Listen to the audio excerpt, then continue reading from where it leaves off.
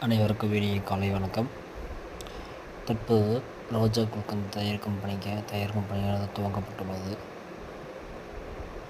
அதில் மூலப்பொருட்கள் சேர்க்கும் விதமும் தயார் பணியின் விவரங்களும் உங்களுக்காக. இதில் பயன்படுத்தப்படும் தேனானது சுத்தமான மிளகு தேன். அதை பார்த்தாலே தெரிந்து கொள்ளலாம். நன்றி. இதில் தேனை தவிர வேறு எந்த ஒரு சுவையூட்டியும் சேர்க்கப்படுவதில்லை.